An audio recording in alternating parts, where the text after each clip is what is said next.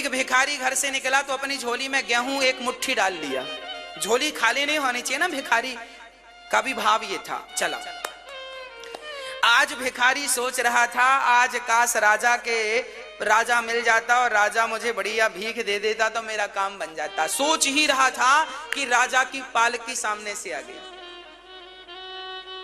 राजा की पालकी सामने से आ गई। आज राजा पालकी से उतरा, भिखारी ने देखा राजा आ रहा है, शायद मुझे भीख देगा। भिखारी प्रसन्न हुआ, तभी राजा पालकी से उतरा और भिखारी के सामने आकर खड़ा हो गया। भिखारी दंग रह गया, जब सोच रहा तो वही हुआ, लगता है राजा देगा, पर उल्टा हुआ। राजा ने अपनी झोली फैलाई भिखारी के सामने, भैया आज हम आपसे कुछ मांग रहे हैं। आज राजा ने भिखारी से कुछ मांगा तो भिखारी दंग रह गया, राजा मांग रहे हैं। तो भिखारी ने अपनी झोली में हाथ डाला तो मुट्ठी भर गेहूं आ गया। तभी भिखारी को लगा हे भगवान, मुट्ठी भर आया तो पूरा है, जितना था पूरा आ गया। अब भिखारी ने सोचा यदि मैंने सारा दे दिया तो इस राजा को कोई कमी है क्या। तो राजा, उस भिखारी ने अपनी मुट्ठी ढीली कर दी, और ढीली कर दी तो बहुत सारे दाने इसकी झोली में गिर गए। मात्र 8-10 दाने रह गए।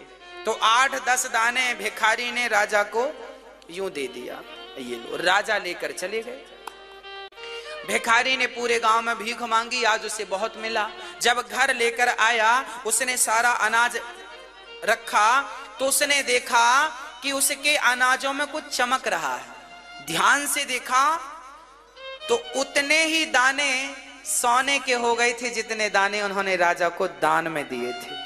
8 गेहूं के दाने उन्होंने राजा को 8-10 दाने, तो देखा तो 8-10 दाने गेहूं के वो सोना बन चुके थे। अब भिखारी रोया, हे भगवान मुट्ठी भरी थी पूरी दे दिया होता तो पूरा सोना बन जाता, ये 10 ही सोना बना। मतलब आप जितना दे रहे हैं वो आपको सोने की कीमत दे करके जाएगा, सोना बनकर आपको मिलेगा। दिया हुआ दान कभी व्यर्थ नहीं जाता। जितना हम देते हैं, अरे किसान खेत में 1 कुंटल गेहूं डालता है तो 4 महीने में 20-25 कुंटल आता है कि नहीं।